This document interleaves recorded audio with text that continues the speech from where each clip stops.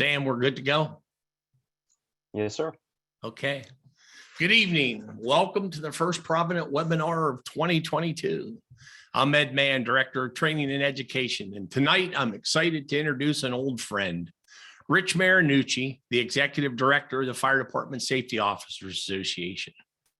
I met Rich many years ago when we were both working with one another at the National Fallen Firefighters Foundation on the Everyone Goes Home program, and have continued our relationship into his current position.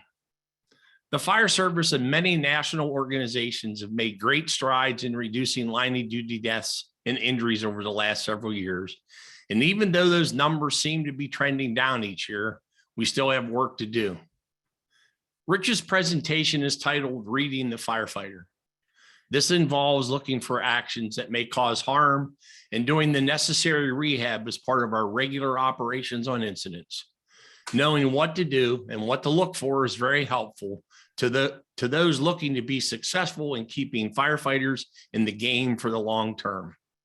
I know Rich will leave you with plenty of good, easy to implement ideas for protecting your people. I'm sure we'll have plenty of questions throughout the program, and we're asking you to use the question and answer feature to send your questions, and we will attempt to have Rich to answer all of them. Please note, if we can't get them all answered in our allotted time, we'll get answers to you via email in the days following the webinar. I'd like to share a little bit about our host, Provident, the people that pay me every other week. So Provident Insurance Programs. Provident got its start in 1902 as an independent insurance agency in the Pittsburgh area. In 1928, they began serving volunteer fire departments with customized blanket accident and health policies. Today, we provide volunteer, combination, and career fire departments and emergency medical responders with a multitude of programs. We also offer special risk and transportation insurance. Provident is celebrating its 4th year as being named one of the top insurance places to work by the Business America magazine. Some of the emergency services program, we have an accident and health program. And if you're an accident and health client of Provident, you're entitled to use our first responder assistance program, where you can make toll-free calls to get help for yourself and your immediate family for numerous issues. We also offer a 24-hour accidental death and dismemberment policy, which would provide coverages for your members even when they're away from the fire station, a group term life insurance, critical illness and cancer policy, and of course, our Fire Plus property and casualty insurance. And if you're a Fire Plus property and casualty client, you would be entitled to have access to our Fire Plus Training Academy.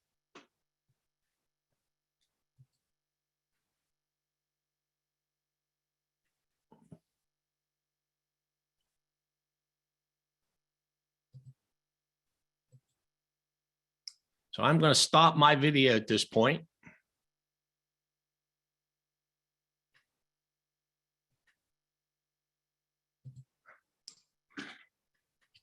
Hi, Rich. How are you? I'm doing very well, sir. Good. Thank You're you for the looking good invite. tonight. Much appreciated. Well, I'm glad you're with us. Rich, it's great to have you with us today. Take a few minutes to introduce yourself to our listeners, please.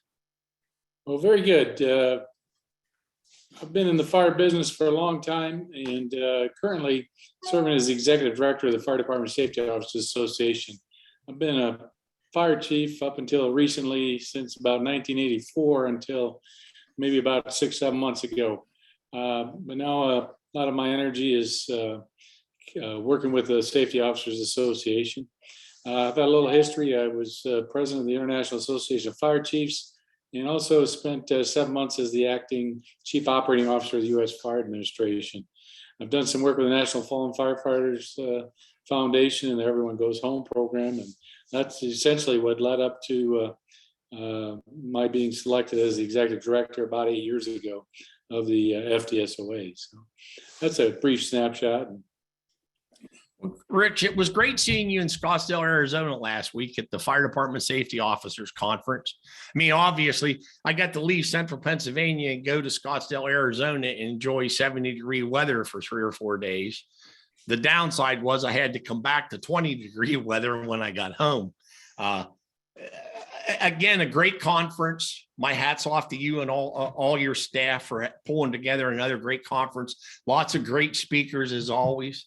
I'm looking forward to next year's conference in St. Pete Beach, Florida, January the 18th through the 19th, with the pre-conference starting on the 16th and the 17th. I'm again leaving central Pennsylvania in the middle of January next year to go to St. Pete, Florida. How can you beat it? So at this point, Rich, if you want to share your screen and get started with your presentation. I'd be happy to do that, sir. And of course, I came back to Michigan, so I understand your pain at coming back to the weather. So see if we can make this thing work here and get it going. First and foremost, to all your viewers, I certainly appreciate the opportunity to share some information. What I'm going to present to you is sort of a synopsis of one of the sections of our incident safety officer class for the FTSOA. And as the big bulk of that, what we consider is we talk about reading buildings, the importance of understanding building construction and how things transition and change, particularly in the last 10 to 15 years in construction methodologies, and trying to understand what's to your benefit and what's not with respect to buildings. We talk about reading the smoke, which a lot of that comes out of Dave Dotson. In fact, the entire program comes out of Dave Dotson's Fire Department Safety Officer book. So we talk about things you can do to try and figure out what's going on with the fire, and if there's going to be a hostile fire event, one of the things that can go wrong that can harm firefighters. We talk about reading risk. When is it appropriate to take a risk when you're at a fire, and when is it not? A lot of times when I speak with people, I'll ask them facetiously, if you will, how many car fires have they saved in their careers? And nobody's ever saved one. They don't come back in and tow the truck back to the shop. No, it goes straight to the junkyard because you don't do anything about it. So why are we risking too much of our health by putting our head into carcinogenic smoke and things such as that? So when is it appropriate to take that risk? When is it not? When we talk about reading hazardous energy, well, this part here that we're going to cover is reading firefighters. And this is about things you can do to look at your crews, try to determine how they're operating on the fire ground and the risks that they're taking, and when can you recognize when it's time to intervene. So we'll talk about this in essence. When we're talking about the risk, we talk about a lot of things. There are building problems. You can fall through floors, you can fall through roofs, you can get trapped in a building, a lot of different things, you get lost and so forth. But if you look at the statistics, what we have to consider most of the time are cardiac events. Each year in the line of duty death summaries, anywhere from 50 to 60% of related firefighter deaths are the result of some type of cardiac events, which relates back to stress. And there's a lot of science that goes into this. Sometimes it's pre-existing conditions of some people that we have to look at. Sometimes it's the smoke that can trigger an event. Sometimes it's the overexertion. So there's a lot of different contributing factors, and we'll talk a little bit about that. In most recent years, we've seen a tremendous interest in studying the effects of cancer in firefighters, and we now know that there are many cancers where firefighters have a much higher rate than the general population, to the point now where there are presumptive legislations in a lot of states. So there are some. And some of the statistics aren't that great because it's not often that we get these reported, but some of the stats that are coming out are indicating that possibly 3 out of 4 line of duty deaths or firefighter fatalities could be traced back to cancer. And that's if somebody dies while they're in the job, or maybe within 5 years after leaving the job, having contracted some form of cancer. So we'll discuss some of that. And another emerging issue is the mental health aspect of firefighting. So we want to talk about that a little bit, not quite as much as we will. So anyway, so what do we talk about? Well, we're working in a really tough environment in general. Okay, it makes it very, very challenging for us to do our job in a lot of different cases. We have the physical setting where we're working that can contribute. We are generally working in very hot environments, much higher than we need to normally operate. If you look at some of the things where we go in the exposures. So for example, if we look at the heat inside of a building, we know that somewhere between around 109, 110 degrees, if we touch something that's hot at that temperature, we'll recoil a little bit and say, ooh, that's hot. And if we get up to about 118, 120 degrees, we may now start to get first degree burns. If we get up to maybe 140 degrees, we'll get a second degree burn. If we get up to 160 degrees, we'll get a third degree burn, right? Which is a full thickness burn. So if we look at that, when we go into that type of physical environment, we need to have our proper PPE on all the time from that. Now, we also know that the smoke has changed significantly due to the materials that we're putting into a building. So within that smoke right now, some of the scientists have discovered potentially up to over 200 different chemicals that are in the smoke. And most of them are not really good for you. So you can have the polycyclic aromatic hydrocarbons for whatever that's worth for you.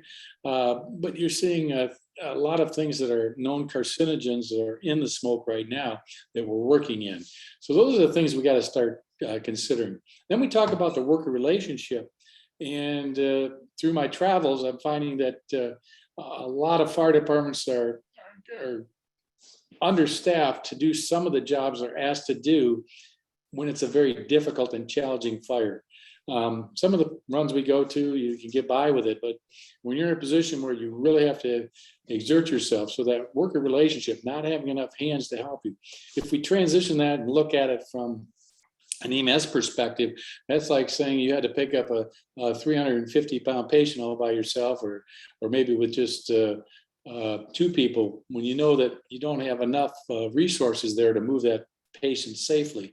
Well, a lot of that relates back to fires too. When you're asked to do certain jobs and you don't have enough resources, it's going to put a lot of extra strain and stress on the firefighters. And then, of course, what you're asked to do. We're asked to not only stretch hose, but we're asked to stretch hose oftentimes in dark, uphills, downhills. As Ed alluded to, we do it in the snowy conditions. It might even be out where we were out in Scottsdale last week during the summer where it's 110, 115 degrees. So you have a lot of that going on that are affecting your ability to do your job. So how do you take care of those ergonomic issues? What do you do? Well, being aware is a big deal. Knowing what you have around you, where you're working. For example, go back to moving a patient. You try to remind people, say, hey, look, this is a very heavy patient. Let's remember to use your legs. Let's lift properly. Let's do it the proper way. Another way is accommodating, and that's getting enough resources again to do this. If you had that heavy patient, instead of trying to do it with just two people, maybe you'd call in and ask 4 people to help you move that particular patient. And then, of course, the acclimation is getting used to that work, and that's part of your physical conditioning, both well before when you're doing the job.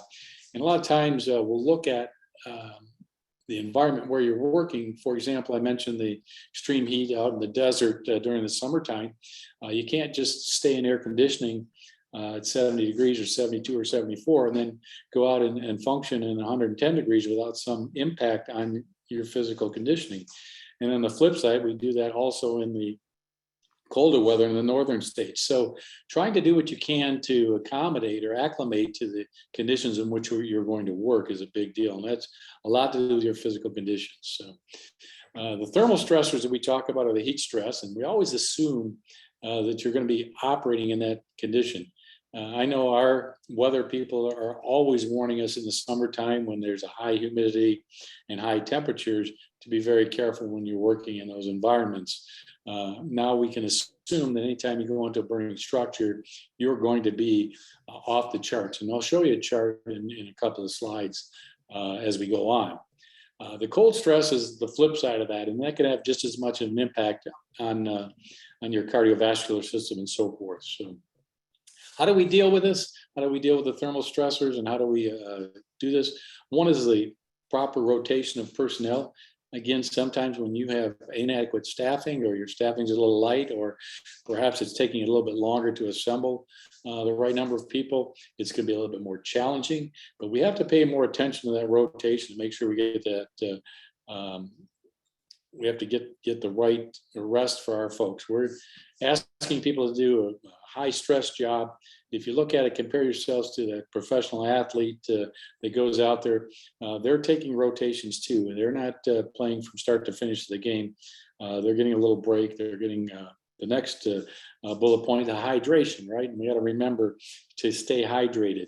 There's a couple of things I'd suggest to you regarding this. Is number one, pay a little closer attention to your hydration, how much you're drinking. Number two, in your organization, one thing you might want to consider is putting a bottle of water in all your riding positions. This allows you, particularly if you get up in the middle of the night, or you haven't been properly hydrated, on the way to the call, you can start the hydration process and start taking a couple of hits of the water, so that when you get to work, you're not getting too far behind in that particular area. And then you got to pay attention to the hydration after you're operating, and we'll talk a little bit more about that when we get there. Accommodation is getting people out of the hot environment, or the cold environment, whichever it may be. So having the resources to move people into an area that has a little better climate, so that if they've been working very hot conditions, you can get them into an air-conditioned vehicle or something along those lines. Or if it's very cold, so you can help them try to prevent some of the cold injuries like frostbite and so forth. There are things you can do for active cooling. These are things that will help you drop your core temperature. We've done some tests in the fire service. One of them was conducted out, I think it was in Anaheim, California, and just on the training ground, doing core temperatures after they'd been through one air bottle, finding their elevated temperatures over 100 degrees, and some even getting up higher than that.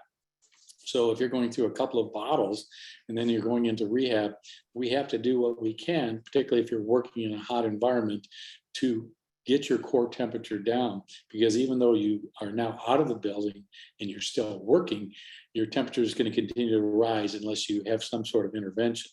And a couple of things you can do is the forearm immersions, which I think is a little bit more challenging for a lot of people, and plus the PR aspect of it. Another aspect of core cooling that works very well is having some wet towels. What a lot of departments are now doing is that they're having a cooler and they're carrying some towels. And at the beginning of the shift, or if they have some type of rehab vehicle that's being dispatched, they're taking a cooler full of ice and a little bit of water. So when you're working in a hot environment, you take the towels, you put them in the ice water, you get the towel wet, you wrap it around your neck and head, and it's very effective at reducing your core temperatures to the next particular point. So anyway, so we go back to sort of review on the ergonomic side of this thing, the physical setting. It's fixed, right? But we also know that it's different every single time. We can't always predict what our next fire scene is going to look like. But there could be entrapment. There's a lot of noise on the fire ground. The weather, whether you're in the northern states, southern states, heat, cold, wind conditions, and so forth. That is fixed, and we put that in quotations to demonstrate that it's out of our control, if you will. It's going to be what it's going to be, but you still have to consider that and when looking out for your firefighters. The working relationship, we did start to touch on that. And then, of course, the speed at which the task needs to be completed. So the severity of the call is going to be one of the indicators. So if you have a report of people trapped in a building and you have to really hit that accelerator and get going in a heartbeat, you are going to accelerate your heartbeat and put more strain and stress on your body. So those are things that you have to consider too with respect to the worker relationship. And then how much energy is required. Many of you have had to go into a building and maybe help somebody get out of the building or drag them out. You understand how much energy that takes to accomplish that particular task. If you've ever been up on a roof and you started the roof operation with a saw, but then you maybe transferred over to an axe and you started swinging an axe, you know how tiring, how quickly your energy can be sapped. So these are the types of jobs that we're asked to do on occasion, and we have to be ready for it. And we always look at the amount of staffing. Is it appropriate for the job you're trying to do? Sometimes we're going to have to say, we just don't have the number of people to do this. So if you're trying to put up a 35-foot ladder by yourself, it's going to be a really, really stressful situation for you there. So we're going to look and see what we have and how we can make this work in the best possible ways. And of course, we talked about the awareness, accommodation, and the acclimation with respect to that. So we won't belabor that too much.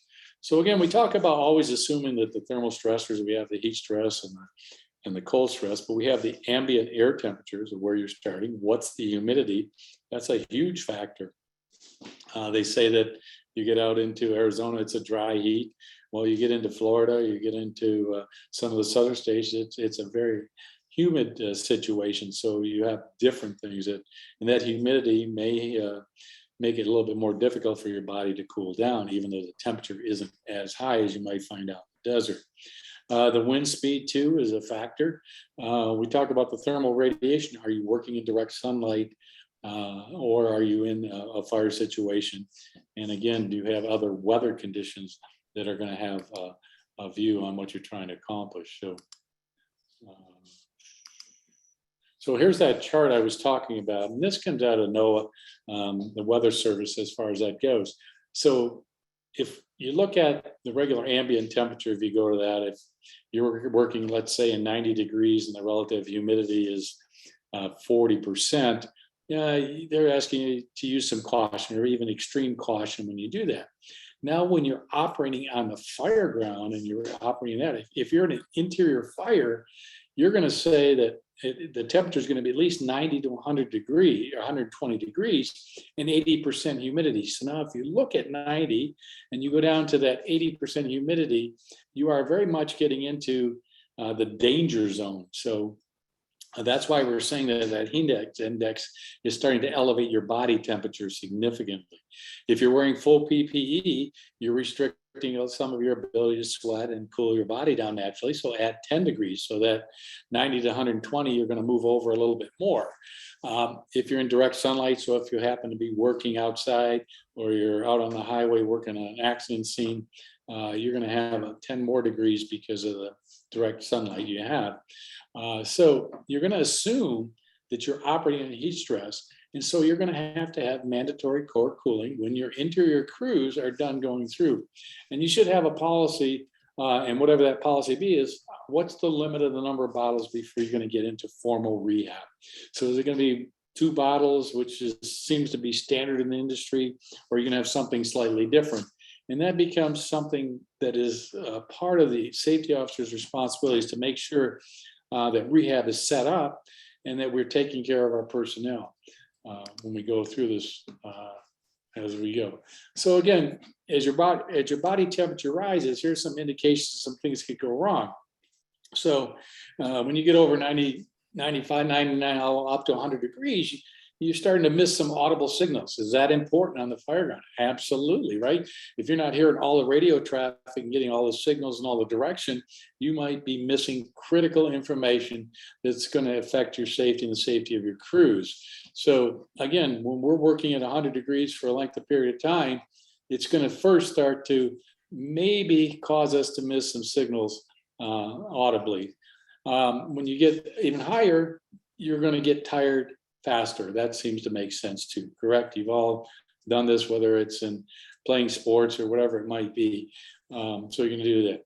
As you get up a little bit higher, your motor skills start to lose some of their control. So your dexterity and your ability to respond quickly starts to go. And then, of course, you get a little bit higher.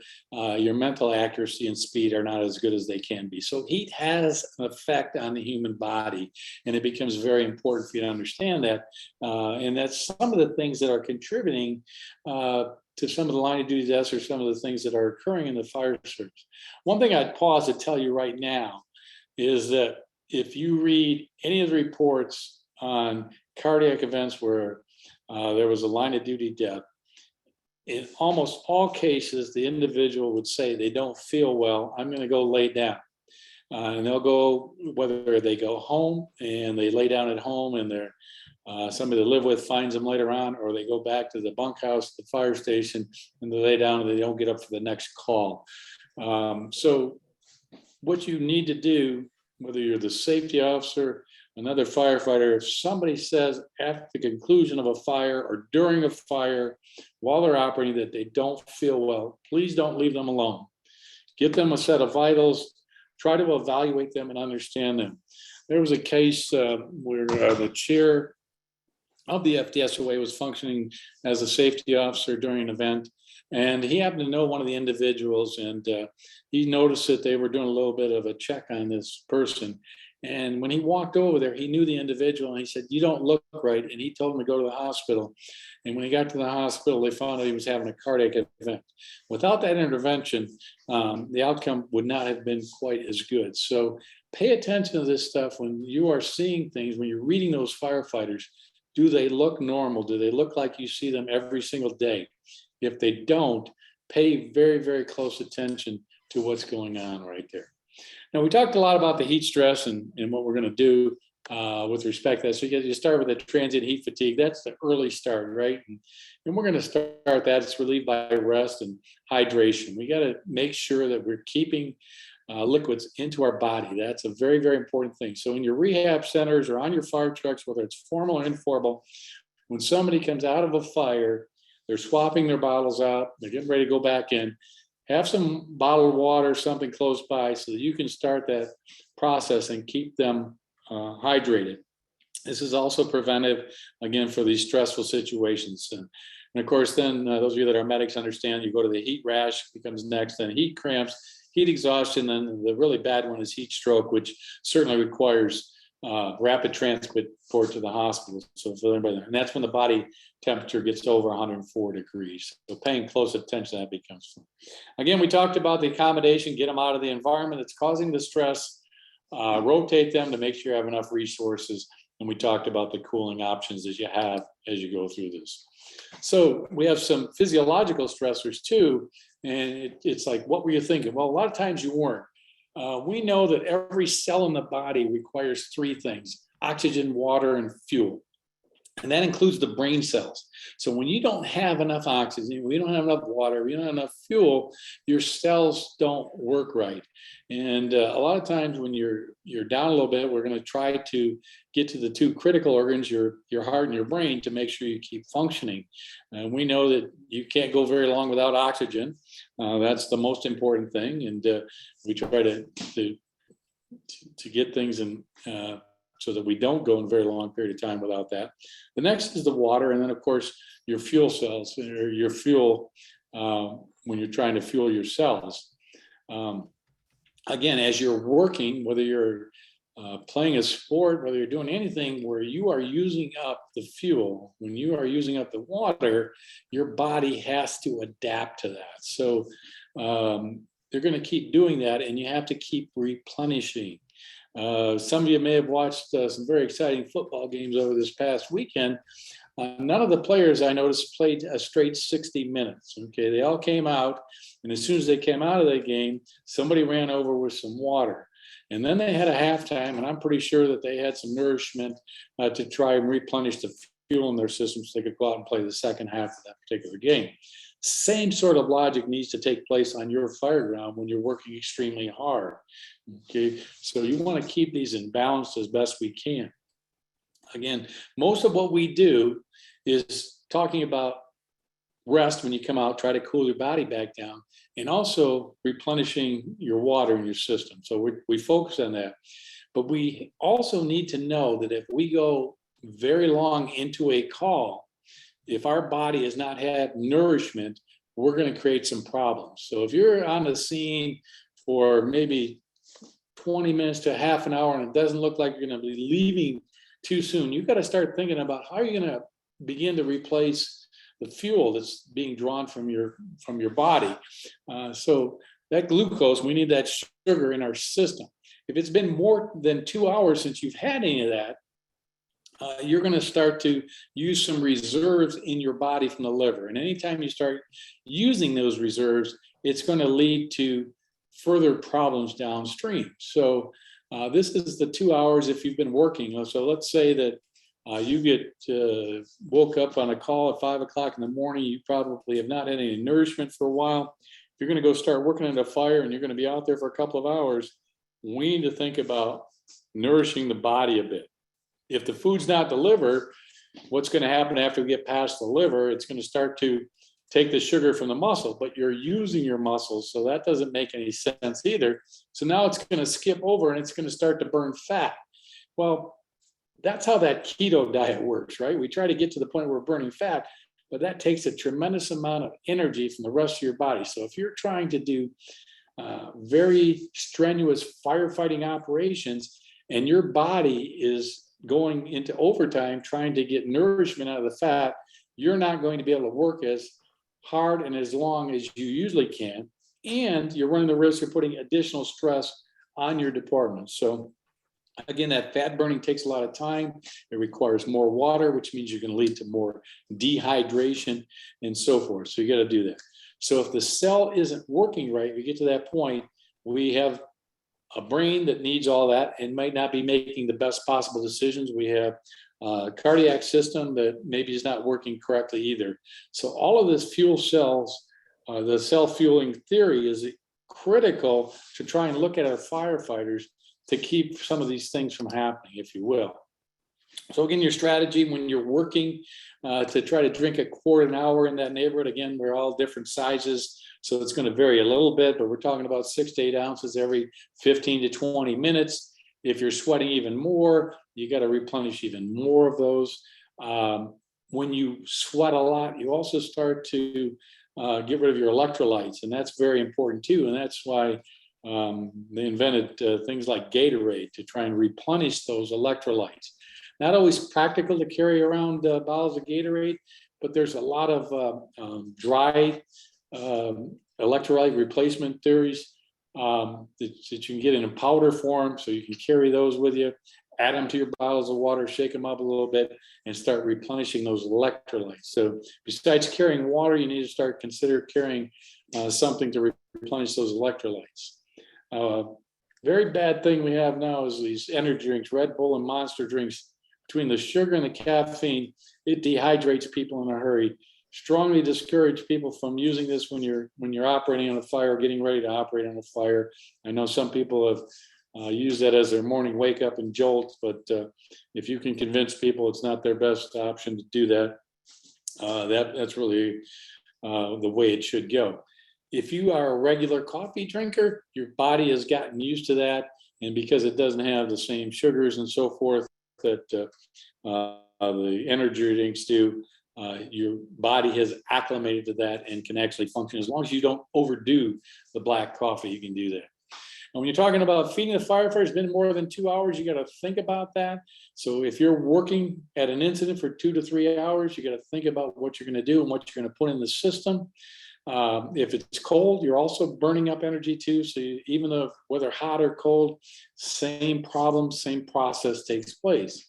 What we're recommending, and through the science, is a balance of 40% carbs, 30% protein, 30% fats, and the use of the global glycemic index carbs.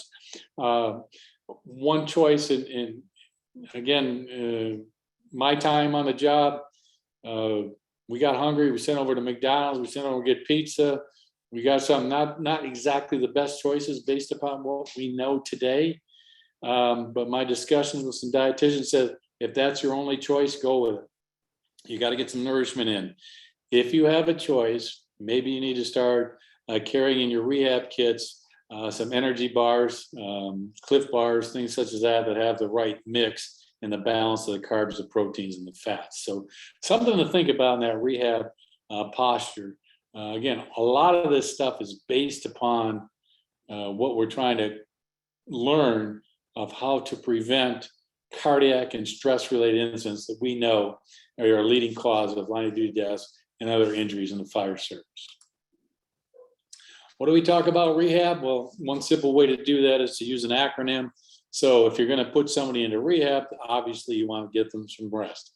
You should have some mechanisms to check their vital signs, including the core temperature. When it gets over a certain amount, you're going to have some significant problems, and it's going to be even harder to drop that core temperature down. Again, energy, we talked about that nourishment, the 40-30-30 approach, if you will, but getting some form of glucose into the system to fuel those cells. Hydration, we talked about that, and we talked about electrolytes if you've been sweating for about an hour or longer. Again, depending on how you've been maintaining yourself throughout your workday prior to the emergency call. Get people out of the hot or the cold, and we prefer that you have advanced life support, but at least some type of monitoring and being capable of doing these sorts of things when you do that. For your short duration, they can be self-rehab, simple incidents as far as that goes. We still think that people ought to pay attention to some of the basic life support issues if somebody's worked fairly hard. The job of the incident safety officer is to make sure that rehab takes place. So we accomplish that as we go along. In the standards, if you pay attention to the standards and what we do, all of our specialties actually require there to be rehab. These are in the OSHA standards. So if you are on a hazardous material incident, you have to establish a rehab. If you're working in a confined space environment, you have to establish formal rehab. Now, we should be able to take those lessons learned from those types of incidents and translate those into more of our day-to-day types of calls, or even the fires and the structure fires that we go to. It has to be adequately staffed. Again, many departments are struggle to get the right number of people just to do the basics of some of the early operations. So it might involve mutual aid and calling in additional resources or finding different ways to accomplish this. Having an SOP and SOG to work is good. So it gives everybody on the same page, and you have consistency from call to call. Okay. What you do on the rehab is good for everybody. Again, some of the things we talk about is what's in your rehab kit. Do you keep it on a vehicle that's going to be there? Water, electrolyte replacement, Cliff Bars, those sorts of things. Towels, cold water, so you can cool down those core temperatures.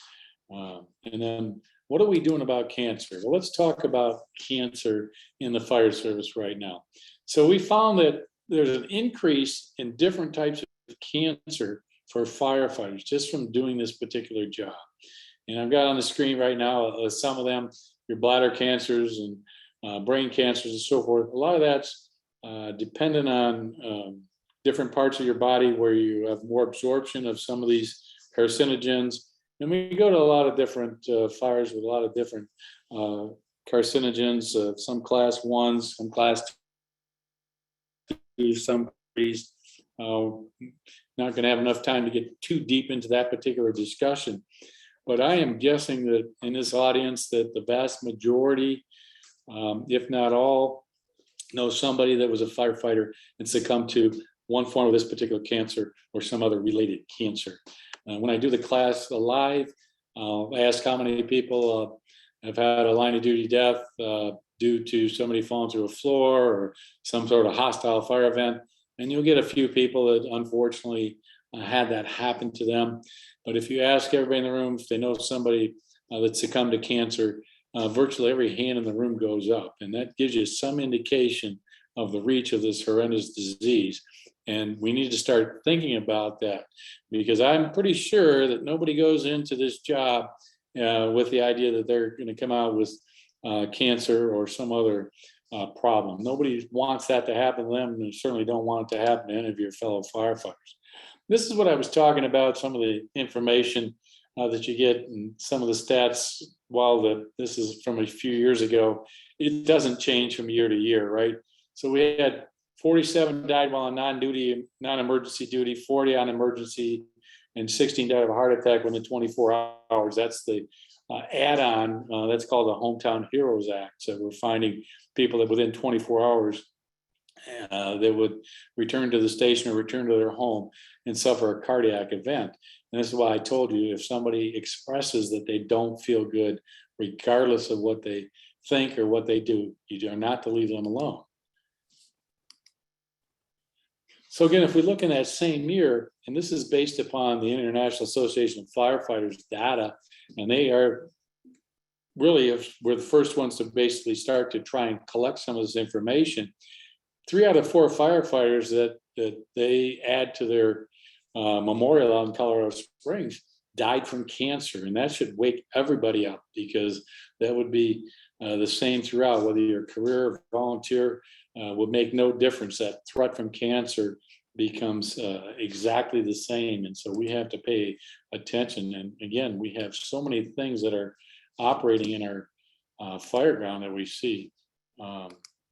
So anyway, and we're seeing that as we are collecting more of this information, we're seeing those numbers go up and up and up every single year. A lot of that is because we're keeping better track of it. And NIOSH is in the process of developing a system. We're going to have a register so that we can collect and get even more accurate information, so that we have the data that's going to help us get the resources to do the best we can to minimize the risk that firefighters have doing this job. So what's your role for fire prevention at the fire scene? A lot of things coming out right now, a lot of good things. You know, the simplest thing you can do is gross decon on the scene of a fire. Estimates are that you get rid of about 80 to 85% of the contaminants on your turnout gear with gross decon. If it's cold weather, you can use a brush and brush us most of what you can. If you have the ability to use a little bit of a wet decon, you get yourself some Dawn soap, a bucket, a little bit of water, and a truck brush, and you wash everybody down. And then you get a little hose off your fire truck and you rinse it off, and you leave the contaminants at the scene, and then you bag up your gear and you take it back to the station to be laundered. We've also found that gross decon at the scene will actually make your laundry back at the station more effective. So it'll remove more of the contaminations in your extractor if you've done gross decon at the scene. So that's what your start is going to be, right? But more importantly, we got to talk about all personnel being on air when exposed to smoke, including the engineers. There was a study out in Tucson where they found that the engineers of the fire trucks had the same contaminants on their turnout gear as the people that went into the fire, again, depending on where they parked, wind conditions, and so forth and so on. So they are breathing in, without the benefit of air in a cylinder, the same contaminants the firefighters are breathing when they go into the fire. So in some cases, Tucson Fire has implemented a policy where engineers will be putting on SCBA to protect themselves with respect to that. We also know that studies have shown that within 10 to 15 feet of the structure fire, you're going to have the same contaminants on the outside of the building. So people are starting to put their SCBA on a little further away from the building instead of waiting until they get right up to the doorway and doing that. So again, trying to lessen the exposure you have to all of these carcinogens that are in the smoke that's coming out of all these plastics that are all part of what we're burning right now in our facilities right now. You should have a hood exchange. And again, here's something that some departments are carrying hoods with them as part of their rehab package. And what they're doing is that after somebody's hood comes out, they are just taking that and giving them a clean one so that they're ready for the next call. Just something you can think about. And then they get laundered and put back into the cycle with respect to that. So everybody's got access to a good hood. Now, again, that's because we have a lot of entry of carcinogens through our neck area, through our head, which is an indication of some of the cancers that I showed you a little bit earlier. So those entry points, and that's what we're trying to protect and keep, those carcinogens. So if you minimize the amount of exposure and the time of the exposure, once again, you're reducing your risk in all of these particular areas. The use of wipes, they're also finding that not all the time can you have the materials to do that gross decon, or you're not going to get back to the station right away. But if you carry some wipes around with you, you wipe your head, your ears, your neck, your hands, and try and do what you can to get the contaminants off of your skin as quickly as you possibly can. And a lot of these contaminants get through your gear. Our gear does not keep all of the contaminants out. A lot of these gases will get through and get on the interior of your gear, get up against your skin and be absorbed. We talked a little bit about the gross decon and some of the simple things you can do with a truck brush, Dawn soap, and some water. Very, very important. Another thing we're talking about is to shower within the hour. So when you get back to the fire station, try to set up a rotation that gets people into the shower to wash as quickly as you possible when you do this. This, again, is very dependent on your staffing, what you're capable of doing. Can you take a couple people out of service so they can take a quick shower and get back in and rotate your people back through this? I always ask people, what's the most important resource on your fire department? And everybody always tells me it's the firefighters. Yet when we come back from the call, we always wash the equipment first. Maybe we got to change that thought process and start washing our folks first. Again, I know there's some challenges. You got to get ready for the next call. I've heard all of those arguments. Again, getting enough people to do the job, figuring out a rotation so that you can get people in there and get your equipment back on the fire truck and be ready for that next call. Maybe we need to take the EMS approach, because I know that when I would send firefighters on a bad call and there was a lot of body fluids in the back of the ambulance, they'd spend about 2 hours at the hospital cleaning out the back of that because they didn't want any of that contamination. Getting back in service didn't seem to be a priority, but getting rid of the contamination was. And I think we take that same posture and viewpoint when we look at some of the smoke and particles that are coming onto our equipment as far as in our human beings. Again, allowing your gear to off gas outside the apparatus, along with your with some power, whatever you can do. Again, not taking your gear into the passenger compartment, but putting it in a different compartment, concealing them. There's a lot of ideas. We'll talk a little about it. Heavily contaminated gear needs to be replaced as soon as possible, obviously. A lot of this stuff becomes common sense. And then your turnout gear. So you got to decon the entire process too. A lot of times the dirtiest parts of our gear that don't get decontaminated are the straps on your SCBA. And some of the other components that we don't clean as well as we should. So pay attention to anything that can absorb some of the poisons so that they don't end up on your body. Here's some resources I put together here. I didn't have the ability or time to, in this short presentation, to show these to you, but you can GTS, that's Google that stuff, or if you want to use a different word at the end, that's fine too. But if you put in your Google searches, look up the Skellefteå model. This is a program that came out of Sweden, essentially very serious about minimizing the risk of exposure to carcinogens. And they have a very, very detailed program. Essentially, as soon as they're done at the fire, they're taking their gear off, they're putting it in a bag, they're putting it in a separate compartment, they're putting clean clothes on, they're carrying the gear with them in case a call comes in on the way to the next call. With respect to that. The San Francisco Fire Department, the women there put together a nice demonstration to show you visually how contaminants can stay on your gear and on your body. They use shaving cream. So if you look that up, it'll give you, it's a very simple graphic display. South Florida did something similar to that, but they used a dye, and they showed how contaminants can get passed on when you get back to the fire station, throughout the fire station, even to the point where you can get some of these contaminants into your personal vehicle. It's, again, a very graphic demonstration of how far some of these contaminants can spread. The Tucson video takes a look at what they're trying to do. If you look at, they've got a couple of 2 or 3 different videos actually talking about what they're doing for their pump operators. They're also talking about some of their on-scene decon and some of their methodology. Broward County has adopted the Skellefteå model to some extent and adapted it, so it makes sense. Out of Washington State, they got some great programs called Healthy In, Healthy Out. They've got some videos and also a tremendous amount of information on what you can do in your cancer prevention types of programs. And the Illinois Fire Service Institute has done a lot of videos on different things you can do. If we look at how we handle our gear, they're giving you examples and and samples of how you can take off your hood so that you minimize contamination, how you can take off your gloves to minimize your contamination, inspecting your face piece and different things. So they have some really, really good videos that you can use to educate yourself and educate your firefighters on why it's so important to do things in the right way and minimize what you're going to do.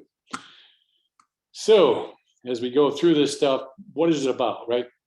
Well, we want to try to prevent what we can, and we want to be ready for the battle. But then when we go through this stuff, we want to take care of ourselves at the end. Some of the things that you need to do and are part of any outstanding organization, regardless of what the job is. Your training and preparation are absolutely critical. How well do you know your job? Can you do some of the things unconsciously, that you have unconscious competence? That's very, very important in some of the critical things we do, because you're going to be asked to do it in some very, very tough situations, inside of burning buildings, smoke conditions, heat conditions, or whatever it is. So the only way you get that unconscious competence is through your foundational training and being really, really good. And that's become more of a challenge as we add more jobs onto the job of firefighter, whether it's EMS or all the specialties, and we're asking to do that. And it's starting to push into the critical training components are so vital to being safe for our firefighters. We also have to be fit for duty, and I try to do my best, but I am having my faults like everybody else. You know, there's sometimes I don't eat as well as I can, or I might skip a workout.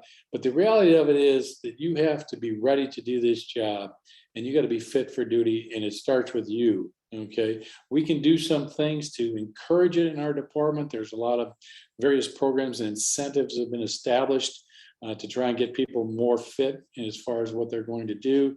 And of course, we got to look at the overall wellness package. And boy, we get into some areas that become very controversial. Well, it's sleep deprivation, mental health issues that we have in the fire service right now.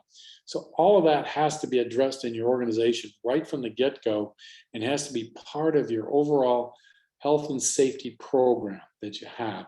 And there are thousands of examples out there of people doing really cool stuff, and you just have to look around for it. I'll do a little plug for the FDSOA. If you're a member, we have a members section now where we're starting to put in a lot of these suggestions, policies, procedures, ideas, so you can go in there and look up some information and get some ideas that may help your organization and do what you have to do. When you get ready to go, you're ready to go into battle. And in essence, that's what we're going to do on the really tough calls. Now, it's too easy to get lazy in this job because we go to a lot of calls that don't require us to really get stressful. Okay, you think about it. Okay, you're going to go to, if you're running EMS, you might be going to somebody and you're taking a blood pressure and you're administering whatever. But then you get to a different type of medical, we got to do CPR for a while. Or you go to an accident where you got to act very quickly. You got to make the right moves because somebody's been injured very seriously in a vehicular accident. You know, we may go to a dumpster fire that, you know, heck, it'll burn itself out eventually if we don't even show up. But there are certain fires where we got to kick it up a notch because there's somebody in danger and we really have to do it. And that's the type of battle that we have to prepare for. Whether you go to one of those a week, one of those a day, one of those a month, or one of those a year, you got to be ready for that battle, okay, and be as mentally and physically prepared to do that. You can't let your guard down just because you've had a lot of, you know, less challenging sorts of events, shall we do this stuff. When we get ready to respond and we're looking at firefighters, we have to look at our culture. What are we risking? When are we establishing this? And how are we communicating this to our personnel? Remember, we need to risk a lot. We signed up to put ourselves in harm's way if somebody's in danger. You need to do that. We're not here to tell fire departments not to put fires out. We're not telling you to not to be interior firefighters. We're not telling you any of that. We're telling you to be intellectually aggressive, to take the right risk management plan and apply it for the situation that you see. If it's a loser whether you're going to show up or not, okay? And to put yourself in danger, whether it's the immediate dangers of a fire or the longer term dangers of cancer, you need to protect yourself and your crews and your entire department to the best of your ability. And the only way you can do that is to really make conscious decisions about what the outcome is likely to be. Are you really going to make a difference with your efforts, or is the building going to be bulldozed the next day? And if the building is going to be bulldozed and not going to be occupied, you really need to ratchet down the amount of risks that you're going to take. So if you look at it, we're going to risk a lot to save a lot. You've heard all that. So if there's a life in danger, you have a chance to make a very quick stop and get rid of there, get off the fire ground in a hurry, you're going to be a little bit more aggressive. As you clear the life hazard, you're going to think a little bit more and do a little bit more of evaluation, gather more clues and cues as to what's going on, and then ultimately make an appropriate decision on the amount of risk that's necessary to be taken with respect to that. And then as you do this job, we got to talk about rehab and what are we doing to restore our folks to health during the call and at the conclusion of the call, again, depending on the length of the call that we go to. So as we look at those issues, we have to get our folks ready to keep working until the emergency has been resolved. But then we also have to get them ready for the next call. And we also have to think about their long-term health as we go through all of this. And it's all mixes together. If we know all of the hazards that we face, we can start taking the steps to minimize those risks. I am not going to tell you that there are no risks in this job. I can never do that. And I would never even think about doing that. But there are things that we can begin to do that are going to lessen the risk, particularly on certain types of calls. And I would point you to the issues of the cardiac events. We know year in and year out for the 30 plus years I've been involved in the safety side of this, every year the stats are the same. 50% give or take related to cardiac. In the last 5 years or so, we're now seeing the advent of cancers. If you really want to get serious about taking care of your firefighters, those are the two main issues that you have to focus on. And you got to look at it holistically. We can't get rid of all the hazards. There's going to be ethyl, methyl, nasty stuff and all the smoke we go to. There's going to be benzene. You know what the allowable limit is for benzene? It's 0. You're not supposed to get any of that. You're not supposed to be in contact with any benzene because it's a class 1 carcinogen. That's in virtually every fire you go to. There's all kinds of other chemicals. And if you come to our class that we offer, our 2-day ISO Academy, go into a little bit more detail on what some of these chemicals are and some of the things that can take place and some of the things that you can do even further to help protect yourselves and your firefighters. Again, we need to know that when you go to a fire, the hazards don't necessarily exist only inside the building. Lots and lots of studies indicating that the bad stuff that's burning inside the building, and remember, it's not just cotton wood and natural fibers anymore, it's all man-made, which means it's all petroleum products, which means it's creating longer and longer hydrocarbon chains of chemicals, which are much more dangerous to firefighters. But they are now finding that they are happening outside of the structure. They're happening depending on where the wind's blowing. We're affecting everybody on the fire ground. I haven't touched on it too, but we also know that just because the fire's out doesn't mean the hazard goes away. So you need to keep wearing your SCBA all the way through your overhaul process. And if you really want to get progressive, you need to start thinking about what you're doing to protect your fire investigators, because that fire is continuing to off gas long after you've left the scene. And if you're leaving fire investigators there without protection, they too are breathing in carcinogens and exposing themselves. And so you have to look at all of your personnel, all of the things that you can be doing to take a look at it. Try to give you some samples, some simple things. I know we have a short period of time here to try and touch on some of the stuff we talk about in some of the simple things we can do to have water available to your personnel. We talked about getting electrolyte replacements. We talked about maybe having some snacks available to firefighters if they're going to be in a long duration situation. These are things to replenish your cell therapy. We talked about how do you get the carcinogens off your gear and off your body. We talked about simple things like having a truck brush and some water and some Dawn soap. We talked about maybe bundling. We didn't talk about it, but we hinted at it.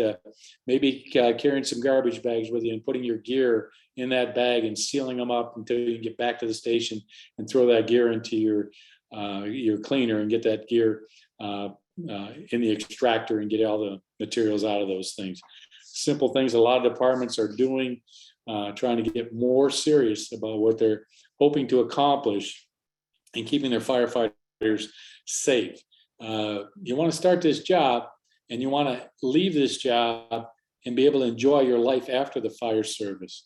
I tell the career firefighters, I hope you outlive the actuarial studies. I hope you bankrupt the pension systems. The only way you can do that is to live a long time. And I think if you're a volunteer on-call firefighter, the same thing. You didn't get into this business to shorten your life either. So when you get done being a firefighter, whether you're a career or volunteer, when you leave your other job and you're going to take on a little bit of the retirement lifestyle, I want you to live a long time. Can't guarantee that, but we do know through some precautionary measures, you can minimize some of those risks that we take when we signed up to do this particular job. So that's what we're going to talk about. And I guess that's sort of the summary. I guess I'd like to go to the Q&A and the chats. I guess Sam, Red.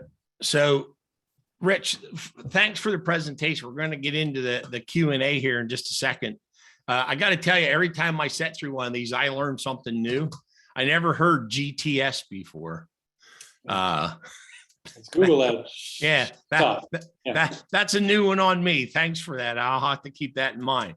So I'm going to go to the chat first and go down through some of these, and then we'll get to the questions, because some of the chat are just more comments that we can share. Let me get to the top here.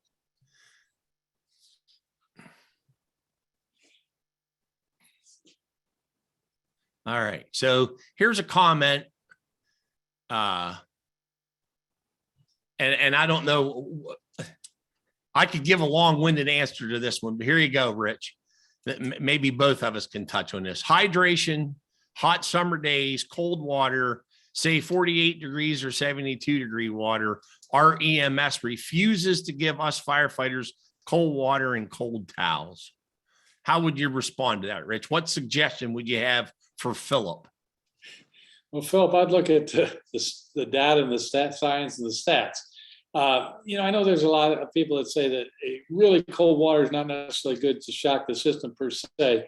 Again, I'm not sure the science is totally out on that. Any water is better than no water. I have some friends of mine that can't drink room temperature water, and if you don't put a couple of ice cubes in it, it doesn't matter. So whatever you can tolerate is going to make you better from that particular perspective. As far as bringing your core temperature down, I can't believe an EMS person would even suggest that that's not a good idea. I can remember back in my very early trainings, and again, you're going back 45 years, how you go to certain patients with elevated temperature. Your main purpose there is to try and get that elevated temperature down through cold packs and other methodologies. And it's the same principle. When your body temperature gets over a certain point, it runs the risk of causing brain damage. So you have to lower your body temperature. So, Philip, my only comment would be is I'm spoiled where I'm at. Our local ambulance service, and I've been a proponent and an advocate for rehab for a long time. And my former position as the state fire commissioner in Pennsylvania, when we started doing a rehab at the State Fire Academy, a good friend of mine went through rehab, and EMS didn't like something they saw. They told him to see a cardiologist. He went to a cardiologist and found out he had AFib. It was picked up in rehab at a training. The only thing I can suggest to you is if the EMS is part of your fire department, the leadership needs to get involved. If EMS isn't part of your fire department, your leadership needs to talk to the leadership with the ambulance service and try to work it out. I think all reasonable people can come to decent conclusions if they just sit down and have open and honest conversations with one another. Let's see. The question was asked, will the presentation be available for download? This presentation is being recorded. And when we're done with this, within the next day or two, all of the participants will receive an email with all the links, but it'll be downloaded and saved at the Provident YouTube channel that you'll be able to share with others. My good friend Brian McQueen from New York posted that the New York State Office of Fire Protection and Control, which is their version of a state fire commissioner, has a great decon video as well on YouTube. In fact, Sam included the link that we'll have, and a reminder, all the participants will receive a certificate. Okay, Chris from Georgia. I'm on the Georgia Firefighter Cancer Support Network team. I would like to use some of this presentation for that purpose. I mean, if Rich, if you don't have any objection, it'll be loaded to our YouTube channel. And if there's anything specific, Chris, that you want, if you email me, I'll put you in touch with Rich, and Rich can decide how much of it he wants to share or put out in the public. Because I know sometimes those of us that do a lot of teaching get concerned that we send a lot of stuff out and then it's used inappropriately or it's not being used in the right method. So, Yeah, I think comment. the stuff I have in there, Ed, is all, you can find all that stuff easily. I don't have any problem sharing it. If it helps somebody and somebody can use it to convince somebody to take a deep look and change their behavior a little bit, I hope it works. All right. Hey Ed, it's me real quick. Yeah. Hey Rich, first, wonderful job. But second, yeah, if it's okay with you, I can just attach the PowerPoint to the emails I'm going to send out to everyone watching right now, if that's okay. Yeah, have at it. Okay. All right, great. So Philip made a comment to us. Two of the fire truck makers are making clean cabs now. So Rich, you want to touch on the clean cab concept? Well, I think the clean cab concept is trying again to keep the contaminants away from the firefighters as much as you possibly can.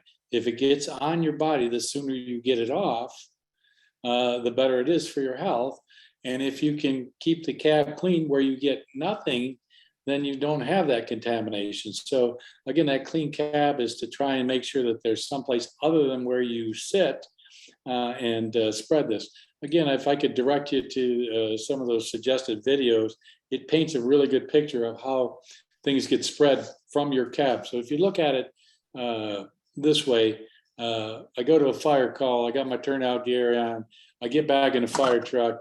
Now the contaminants from my turnout gear are now on the seat I was sitting in.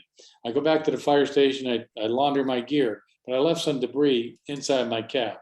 Now I go out on a medical. And now I've got my civilian clothes on, maybe because I don't have my turnout because I'm going to an in-home medical.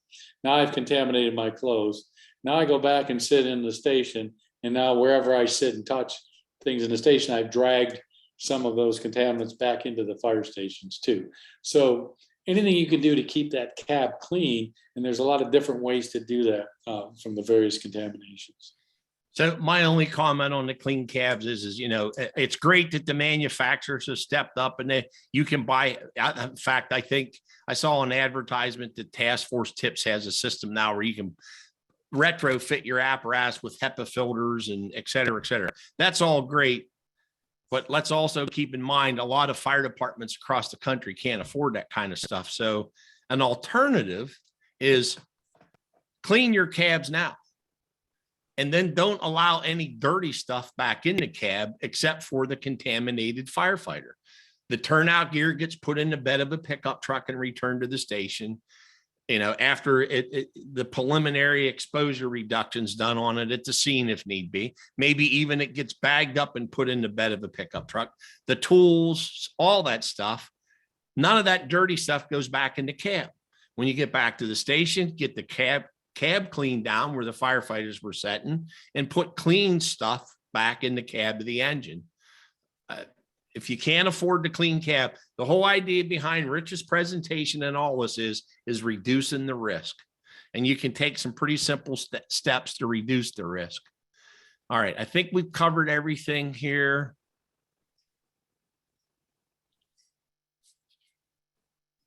As you're looking through that, just want to emphasize, we just jammed in a lot of info in an hour or a little bit in that neighborhood. And what we hope is that you look a little bit deeper. There is continual information being released by a lot of the researchers, giving us more and more ammunition.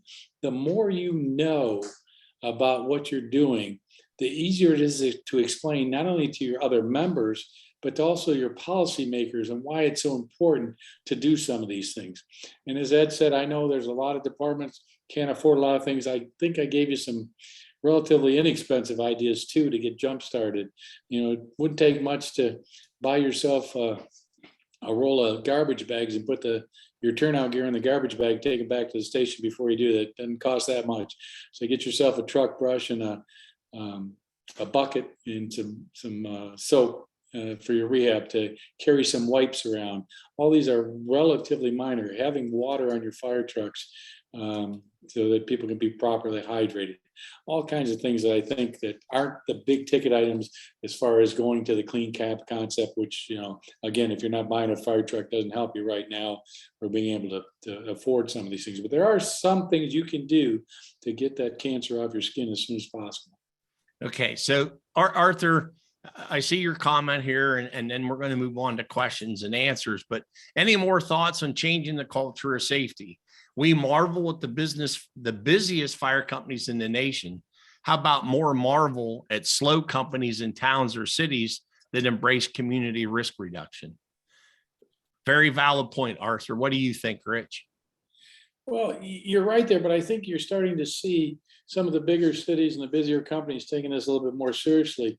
Former commissioner up in Boston, Joe Finn, and his union president, Richie Paris, got tired of going to funerals, and they implemented some changes of things that they can do to start. They got tired of going to firefighters that were dying of cancer.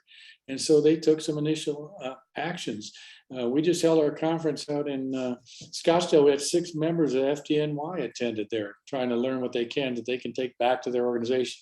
It's going to be tough for them to change those big organizations overnight, but they are starting that particular process. Your smaller departments certainly can change much quicker. They're a little more nimble, but you're starting to see a lot of that movement. And again, I think it's because the realization that cancer affects every single one of us, small department, big department, busy, not so busy. When you get exposed to carcinogens, you're increasing your risk in cancer. Arthur, I'm just going to throw this out, and if you get a chance, you can email me. But the way I'm reading this is that I think what I see here is that you would like the ability for the world to know about what smaller departments might be doing. And if you have a success story in your small department, in your small community that you would like to share, if you let me know about it, I very well will consider doing a webinar or a podcast with you so you can talk about what you've been able to accomplish in your smaller, slower fire department. I'll make that offer to you. If you have something you'd like to share, especially if you have a success story related to community risk reduction in your community, I'd be more than happy to host a webinar or a podcast with you so you can share your success story. So now I'm going to move on here to questions. Rich, here's one that I don't even have a clue to. What are some of the PPE manufacturers doing to give us an immediate feedback to show someone working in interior is doing, a feedback loop from their gear. Have you heard of any of that? Well, there's a lot of experimentation now. They're trying to get into those biometric sorts of things and trying to give you that instant feedback of what's happening through sensors in your gear. I think they're still in the development stage. I'm not sure it's quite ready for release, but and for a variety of reasons too. I think the cost right now is pretty high, but they are doing some of that research to try and get as much information as they can. Okay. And I'm going to tomorrow send an email to a couple of people I know with the gear manufacturers. And Sam took the question down so quick that I can't see now. Glenn, what I'm going to do is I'm going to get some information out to some folks I know that work for gear manufacturers, and I will try to get an answer to you directly to see what's going on in the world of with the gear manufacturers. Rich, this is from Thomas Shipman. How does one encourage buy-in to these good ideas among personnel who, for whatever reason, are not bought into this stuff? The age-old question: how do we convince the hard heads that this stuff is important? Well, there's again, trying to look at it from the sales pitch that you're going to give them. And if you're going to be a good salesman, you got to know your product inside and out. And the more you know about these issues.